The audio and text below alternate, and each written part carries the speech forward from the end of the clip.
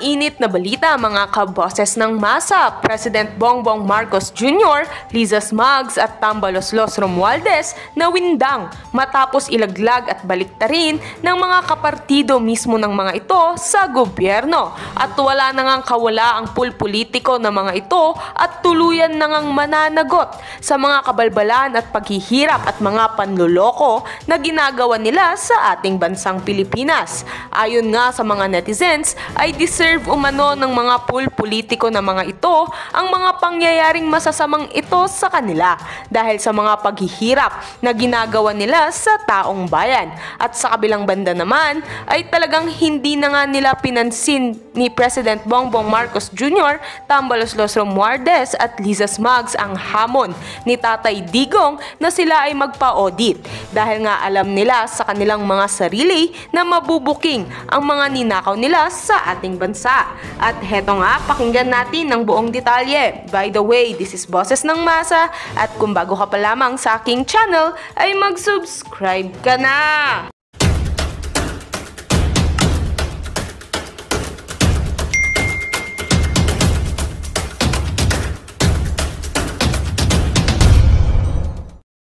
Manggigigil na naman kayo. Pero syempre, kailangan natin tuloy-tuloy ang pakikipaglaban. At sumuporta tayo sa lahat ng mga pagtitipon para tuluyan na ngang mawala sa sirkulasyon ang mga hegemonyo. Okay, sa unang salvo ng ating balita, okay, Philippine Intel Services, una sa lahat, ngayon ay Pebrero 21. Okay? Philippine Intel Services nakatutok sa external threats, sabi ni Bangag na Bangag Kuting Jr. Okay, nakatutok daw sila palangga sa external threats. Nakatutok sa kalaban. Alright, sino ang kalaban?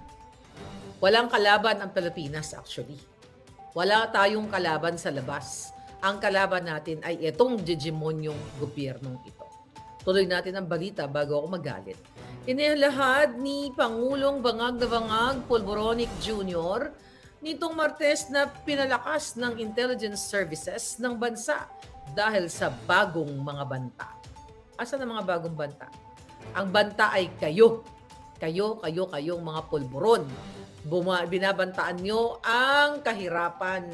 Binabantaan nyo ang mga kritikong mga hayop kayo. Alright, sabi dito, sa isang panayam, tinanong si Kuting Jr. ukol sa epekto ng intelligence gathering ng gobyerno sa gitna ng mga aligasyon ng destabilization plots laban sa pamahalaan. Ulitin natin, mga kababayan, ang destabilizasyon ay hindi manggagaling sa Pilipino, kundi nanggagaling sa gobyernong polboron. So kung meron mang dista-dista na yan, ang pasimuno niyan ay si Kuting Jr. Okay. Simulan na itong big picture na ito. Tuloy natin ang balita. Ano ang sabi ni Kuting? Well, pinatibay talaga natin.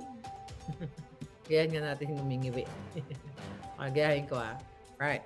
Well, pinatibay talaga natin ang ating intelligence service. It's much better than it was before because marami ng ibang bagong kailangan na bantayan. Ano ang babantayan nyo? Ano yung bagong kailangan nyong bantayan, Kuting? Bantayan ang kritiko nyo. Walang threat sa labas. Ang threat ay nasa loob. Nasa inyong mga hinayupak kayo. Paulit-ulit. Araw-araw kayong murahin hanggang sa matunaw kayong lahat. Yun ang sabi ni Marcos Jr. Subalit sinabi ng Pangulong Bangag na nakatutok ang intelligence community sa external threats. Okay. So, they've been doing a good job and I think that we shouldn't be talking about intelligence service kasi they're supposed to be clandestine. Oh yeah, they're supposed to be clandestine. Pasekreto ninyo lahat. Okay? Pasekreto ninyong binabalahura ang Pilipino. Pasekreto ninyong tinitira ang mga kritiko. Kaya tama lahat itong sinabi mo. It's not about the threat outside, but threat inside. Kayo ang threat. May internal. Remember that? If you talk about international threat or national threat, sa labas at sa loob ng bayan natin. Kasama sa national threat, ipiniliwanag yan ni dating Security Advisor Clarita Carlos na nasungal-ngalan na ng generous allowance ni Lisa Smugs. Statement mo yan, Clarita. Okay? National threat po ang smuggling. Hindi lang yung bratatatatat. Bago ko ito tapusin. Naalala ninyo, January, sinabi ko yung nagkaroon ng issue sa sibuyas, sa smuggling, bago pa natin nilabas yan si Michael Ma, nakasabwat nila. Merong intelligence report na pinorward kay Clarita, galing sa NICA, na ang pamilya ni Marcos Jr., si Lisa Smugs, si Tambaloslos at sila Martin Araneta ay kasabwat sa smuggling. That is national threat. Walang international threat. National meron. At family, pamilya ninyo ang pasimuno ng pagbabanta sa kinabukasan o pagkadestabilisa ng pamumuhay ng Pilipino. So, tumigil ka sa kagaganon-ganon mo, Kuting. Okay, tuloy natin ang balita. Subalit sinabi pa ng Pangulong Bangag na nakatutok ang intelligence community sa external threats. O external kunyari, para kunyari may ginagawa sila. Alright? Kunyari may ginagawa. Pero ang totoo, mga kababayan, sila ang gumagawa ng pagdidestabilisa ng kinabukasan ng bawat Pilipino. Ulit-ulitin nyo, i-comment nyo kay Clarita Carlos kasi hawak ko po ang statement ni Clarita Carlos. Binasa-basa ko sa inyo nung siya ay sinabi niya kay Ahas na ang report na sangkot ang mga pamilya ni Ahas. Ano ang sabi ni Carlos doon? Nasa inyo, it's up to you if you do the right thing or not. Ang ibig sabihin ni Clarita Carlos, kung inyong sususugin ang mga smuggler ng mga sarili ninyo at kamag-anak ninyo. So ginawa lang niya yung report dahil sinabi ni Clarita Carlos sa kanyang letter papunta kay Ahas. Bakit ko alam yan? Kanino ipinadaan ni Clarita ang message? Kay Chala Gamon. Sino si Chala Gamon? Assistant ni Lisa Ahas. Bakit ko kilala yan? Yes, kilala ko yan. Dahil dati akong fake friend. Former fake friends ko yung mga buwakan ng Ginemes na yan. Di ba, Clarita? Sabi ko nga, amoy lupa ka na. Kung malapit ka ng kunin ng lupa. Although sabi ko nga, lahat naman tayo kukunin ng lupa. Una-unahan lang. If you talk about sa edad, mas umauna ka. But you don't know. Di ba? The point here is, si Clarita Carlos, Disyembre pa lang, noong tinanggal siya dahil sa report na yan na ang pamilya ni Marcos Araneta Romualdez ay sangkot sa smuggling. At nandyan yan sa NICA report, intelligence report. Anong ginawa? Niligwak si Clarita. Dahil si Clarita ay walang paninindigan, walang pagmamahal sa bayan. Tinanggap niya ang generous allowance na binigay ni Lisa sa kanya bago siya tanggalin. Pero pinangakuan siya para itigil ang tikom ang kipay ni Clarita, ay binigyan siya ng trabaho ni Tambaloslos. Kaya nasa Kongres siya ngayon. Ini-enjoy ang kaba ng bayan. Right, Clarita Carlos? Ang taas ng respeto ko sa iyo noon. Machiavellian bullshit. Isa ka rin kasangkapan dahil isa kay duwag. Kasangkapan ka ng mga hinayupak. Nasa mga kamay mo na ang report. Sabi mo nga, kaya mo ginawa yon kasi national threat. Ang sitwasyon ng ekonomiya ng Pilipinas, ang smuggling ay kasama sa issue. Ang food security ay issue ng national threat. Hindi lang yung bang. Ang kagutuman. Then sabi ni Kuting, tinututukan ang panglabas na pwede mangyari. Sabi ko sa inyo, nasa loob mismo ang banta. Ay, hindi lang banta, nangyayari na. Comment nyo kay Clarita. Sabi ni Marlica. Diba, Clarita? Wala kang access sa presidenteng Kuting na nag-appoint sa'yo. Oh. Bakit? Kasi ang nag-appoint sa'yo ay si Lisa Smugs. Oh. Sa mga kakakilala lang sa akin, gusto nyong malaman? Ba't ko alam yan? Ha? Ba't ko alam yan? Dahil updated ako ng mga panahon na yan. O, di ba? Remember that, Clarita? Ayan po si Clarita Carlos, ang nag-interview sa kanya ay si Lisa Ahas Araneta. Saan siya in-interview? Sa opisina ng China-Philippines Unified Enterprises. Ano po yan? Yan ay opisina, shared office ni Lisa at ng smuggler na si Michael Ma. Ang galing-galing, di ba? Ang isang pinuno ng National Security Advisor ay in-interview sa opisina ng smuggler. At yan, si Lisa, tingnan nyo, kaya tayo hinati ang picture na yan, dahil nakita nyo ang painting, yung frame na yan, at ang mga upuan, ay iisa. Now you know, national threat.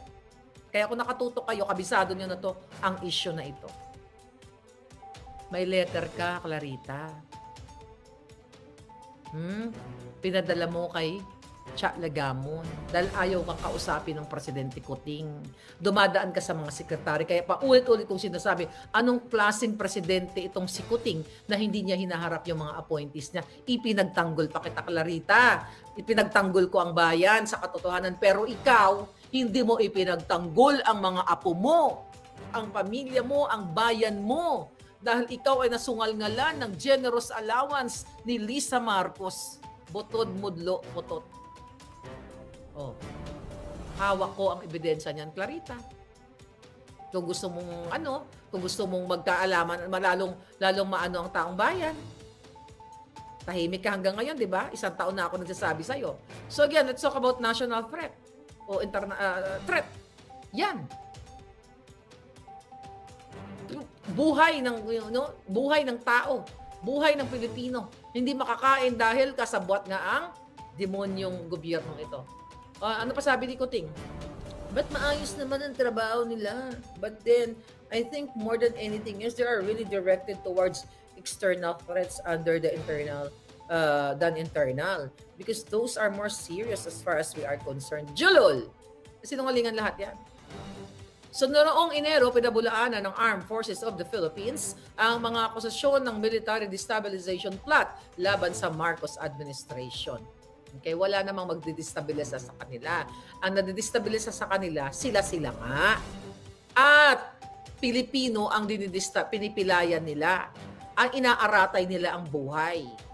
Itinanggi rin ng Philippine National Police sa mga ulat ng mga pakana laban sa pamahalaan. Magkakasabwat nga si Acorda. Si Au Browner, magkakasabot sila lahat. Inappoint nga ni Lisa yan, kaya nga wala na nga kayong kakampi, mga kababayan, sa Pilipinas, OFW, lahat ng Filipino, American, Filipino, whatever, 50-50, 20, 30, 40% Filipino, lahat wala na kayong kakampi. Dahil ang nagpapatakbo muli ay isang mafia. Diba? Kung kilala niyo si Marlica, simula nung nag-expose tayo dito, ng Disyembre of 2022, alam na alam niyo ang balitang yan. Ano na? Grace Chung, thank you, Palangga. Paki-share ito. Okay. May share ito, Palangga, para marinig ng mga buwaka ng Genemis. Kayo po ba'y laging binabati ni Nanay Christy? Baka ako yun. Okay, Nanay Christy, baka naman. Walang masyadong showbiz na yun kasi iba hindi ko kakilala na mga showbiz. Parang pakipay-kipay lang. So, I don't know. May showbiz ba? Mag-comment kayo dyan. For Ma'am Raga. Okay, thank you. Okay, ito na. Ito, matugustuhan to ng mga kababaihan yung iba. Okay, basahin natin. Divorce bill tinalakay na sa Kamara ng mga mambubudol. Ayan. At mga makakaliwa. Tinalakay na sa House Plenary ang House Bill 9349 o ang panukalang magsasaligal ng diborsyo sa bansa. Sa kanyang sponsorship speech, sinabi ni House Assistant Minority Leader at Gabriela Party List, Representative Arlene Brosas, na makakaliwa ang pagsasaligal sa divorce ang magiging paraan ng mga kababaihan na makatakas at makapagsimula ng panibagong buhay mula sa mapang-abusong asawa. Maganda, no? Pakinggan. Pero ikaw, Brosas, kailan makakalaya ang pangkalahatang Pilipino kahit hindi pa sila mag-divorce sa pang-aabuso, pag-i-extort, paggugurgur sa mga Pilipino dyan sa Luzon, Visayas, Mindanao, lalo na sa mga probinsya na ginugurgur ng mga rebuilding mga kaliwa na kaalyansa ninyo. bago sana makatakas ang mga kababaihan o mga kalalakihan sa pang-aabuso nilang partner.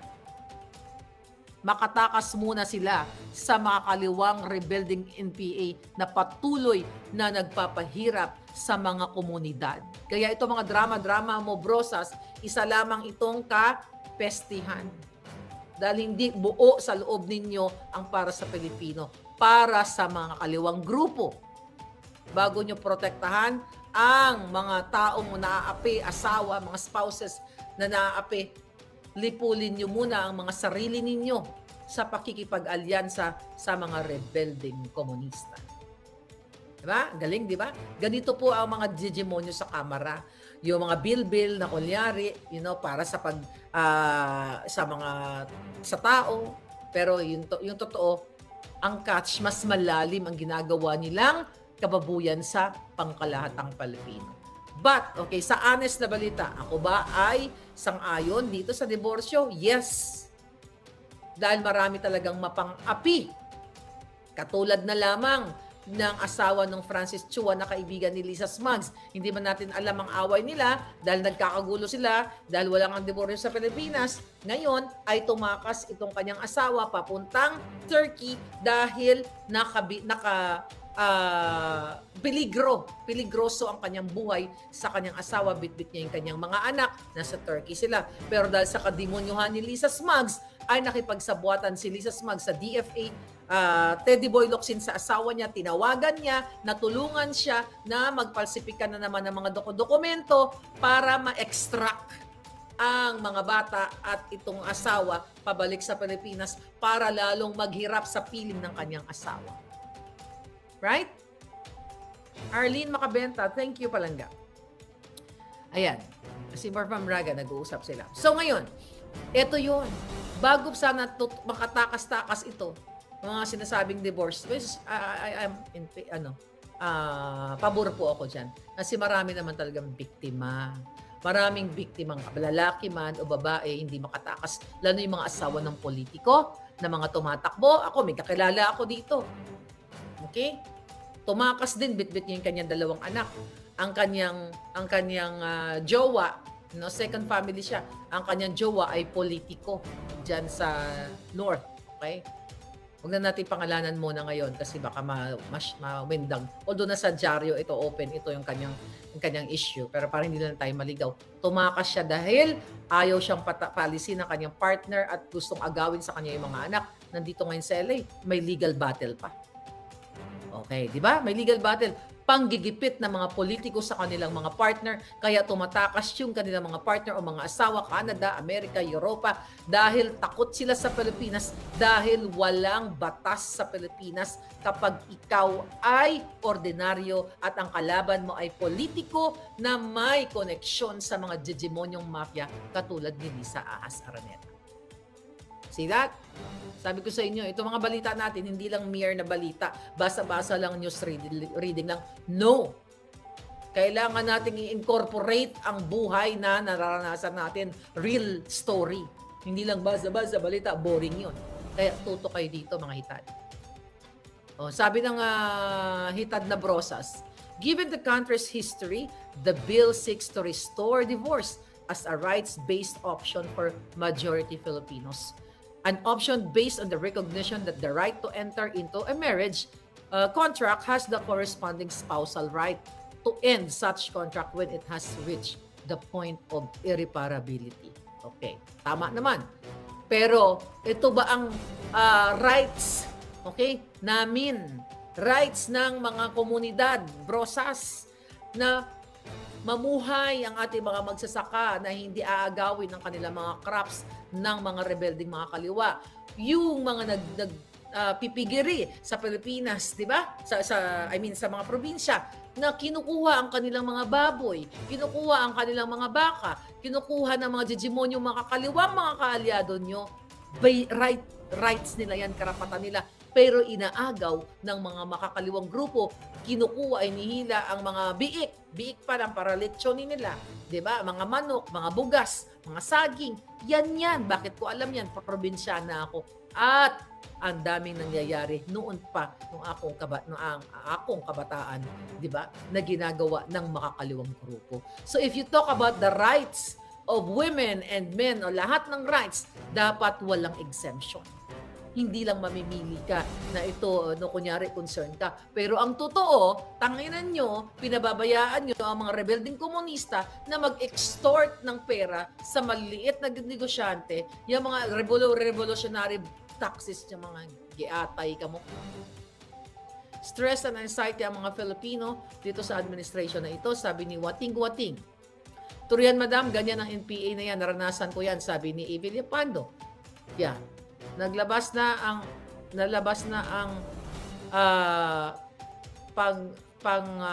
atake sa kaban ng bayan. Sino? Mata ni Lisa? Yeah. Dapat may the worst bill din. Ang worst public servants ay jitayin, sabi ni Dennis Corbin. Yun pala nga, sabi ko, gurgurin ng 100 million para makabawi ang taong bayan. Okay, tuloy natin tong kaleching balita mula sa mainstream media, mga palangga. Ano pa? Sinabi ni Brosas na hindi nangangahulugan na kapag naging legal na ang divorce ay magbibigay daan na ito para masira ang relasyon. Kahit wala kang kasal ka o hindi, you know, masisira ang relasyon kung gusto sirain ang partner mong buang. O tingnan mo si Lisa Smugs, dahil sa pagiging bitter niya, si Lisa As, pagiging insecure na dahil naging mukha na siyang budodal, no? Na budo na makadiliman sa pagselos siya sa mga girl lalo ni Kuting. Oh, anong nasira? Pilipino. Nasira ang kinabukasan ninyo. So may masisira talaga. Whether merong diborsyo or wala. Ba? So sabi niya, it is merely offering another option to spouses who may or may not resort it. It retains the existing remedies of legal separation, declaration of nullity, and the marriage annulment, and only adds divorce as one of more remedies. Yes, agree ako. Dapat may ganyan talaga. Lalo na pag ang asawa mo ay politiko at asawa mong pumapatol sa espada. Diba? Katulad ng, yung kay Bea at Dom. Hindi pa naman tapos ang eksena dyan. O sino pa? Yung mga ewan? Yung boylet mo na pumapatol sa kapwa niya. Kapwa niya, mahal niya. Ay, tama ba? Kapwa. Well, no, hindi pala. Yung pareho niya. Yun yung talagang dapat meron yan. Kasi kawawa naman, yung mga like, kunyari, ikaw, palangga, kunyari, ikaw, si Layli, di ba, napangasawa mo, kunyari, di ba, nalaman mo na pumapatol pala sa isang mayor na kalbo, yung mga ganon, o sa isang pulboronic na lalaki, pareho silang lalaki, so masakit talaga. So, kailangan tapusin na, dapat may diborsyo. So, yeah. Benjamin Extraction 2. Yung sa Netflix, hindi ko pa napanood nga palang guys. Umaasa ang mambabatas na makakaliwa na agad tatalakayin ng Kamara ang panukala at ang tuluyang pag-aproba nito. Bilisan mo na yan. Pero bilisan mo rin sana. Well, wala nang pag-asa ito mga to. Kahit ano pang yaw-yaw mo sa mga inayupak na to, patuloy nilang protektahan ang mga makakaliwang ekstorsyonista sa komunidad. Okay, na patuloy na kumikitil, gumugurgur ng buhay ng mga inosente, nagre-recruit ng mga kabataan sa University Belt, sa mga paaralan para maging kabahagi ng kanilang makakaliwang ideolohiya. Kailan taga ng Pilipinas ngayon ang dasal para alisin ang mga demonyo, sabi ni Garen Mijares. Si Ivana, may issues din sa mayor, sabi ni Ron. Nabilitan na natin si Ivana. wala tayong ngayong showbiz kasi yung mga binato sa ating balita hindi ko kakilala, so parang pointless na pag-uusapan yung mga pinag-uusapan yung hindi daw nagpa-chuk-chak, inaantay daw muna yung kasal, hindi ko kilala yung Shaira. Parang pangalan, nabasa ko ni Shaira. Hindi daw muna magpapa-chuk-chak, nagtitiis na daw yung boylet pero gusto na raw chuk. Anyway. Tuloy natin to. Pagtapyas sa 4-piece budget, planong ipasilip sa Kamara. Pinag-aralan ng isang mambabatas na pinaimbestigahan sa Kamara ang pagtapyas ng pamahalaan sa budget ng pagtawid pamilya ang Pilipino. Okay. Iginiit ni Four-Piece Party List Jonathan Abalos sa kapihan sa Manila Bay, dapat ipaliwanag sa mga benepisyo ng gobyerno ay dahilan ng pagtapyas ng naturang pondo. Okay. So itong mga kaletsya na ito, mga palangga, tandaan ninyo, itong kanilang mga conference, press con sa mga kapihan ito po ay ang nasa likod nito is si Tambalisa. Si Tambalos si Lisa at si Kuting. Para awayin nila, okay?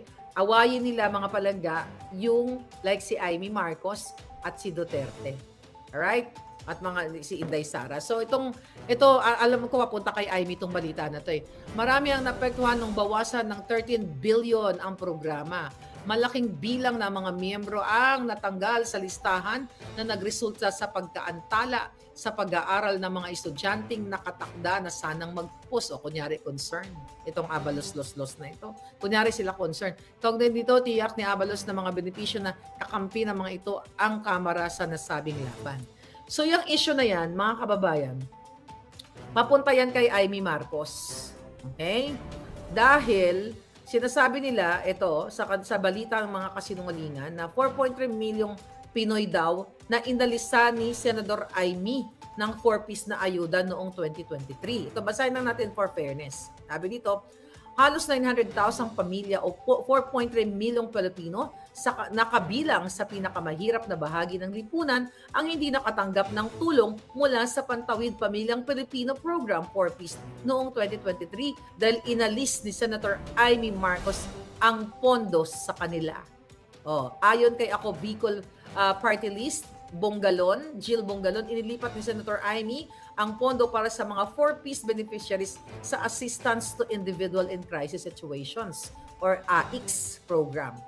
Tapos sabi pa nitong kasabot ni Tambalos-los, if you do the math, 13 billion divided by 15,000 pesos per household per year means 867,000 families or 4.3 million for individuals got zero-cost assistance from the Department of Social Welfare and Development 4-piece last year. Sabi ganon, thanks to Senator Amy Marcos. So, remember ang binanggit ko sa inyo na magpapapress con sila everyday para pagtakpan yung pwersahang initiative nila dahil isa si Amy Marcos ang nag-expose na bayaran itong mga itong mga kongresista na ito. So yan ang nila, teka kay Amy, yan ang balik nila o yan yung ganti nila kay Amy Marcos. At dahil nga si Amy Marcos ay kumakampi kay Inday Sara, ay ang tawag dito sa mga Duterte sa ngayon, okay? Kaya tinitira nila, utos ito ni Tambalisa. Isa yan sa expose ko na araw-araw sila magpa-press con para tirahin si Amy. At di ba sabi ko tatanggalin na ng budget si Amy, zero budget nila. Isa yan sa expose ko. So sinagot ni Amy Marcos yung paratang sa kanya. Ito ang sagot niya sa page niya. Okay, noong September 2022, hearing para sa GAA 2023 budget, sinabi ng DSWD base sa kanilang mga financial reports na tanging 45% lang na 4-piece budget ang nagastos at 3 buwan na lang ang natitira para sa gastusin. Para maiwasan ang bantang ibalik ang hindi nagastos para sa 4-piece, inirekomenda ko na ang balancing 8 billion pesos ay ilipat sa mga proyekto ng DSWD na madaling maisakatuparan. Kaya ito hinati sa supplemental feeding, kalahi CIDSS, Quick Response Fund para sa mga sakuna at AICS. Ang aking paniwala, gaya pa ng dati ay ang budget ng DSWD ay dapat na mapanatili sa lahat ng kaukulang gastos dahil ang mga mahihirap ang mawawalan sa anumang kaltas sa budget. Ayan, sabi dahil doon na isalba ang 8 billion para sa 4-piece at natapos din Okay? At napakinabangan ng napakaraming marginalized sectors. Natapos din ang listahan, ang listahan, tatlo kung kaya't nagawang pangkasalukuyan ang 4-piece directory na naantala ng pandemya. Sa kabilang bandang pagbabawas ng 5 billion sa AIX ay nangyari matapos kung irekomenda ang halagang iyon sa bersyon ng Senado sa budget. Ngunit tinanggal ito ng nagsamang kapulungan sa Kongreso dahil sa kakulangan ng fiscal space matapos ang pandemya. Ang dalawang halagang 8 billion at 5 billion marahil ang tinutukoy ng ilang nalilitong mga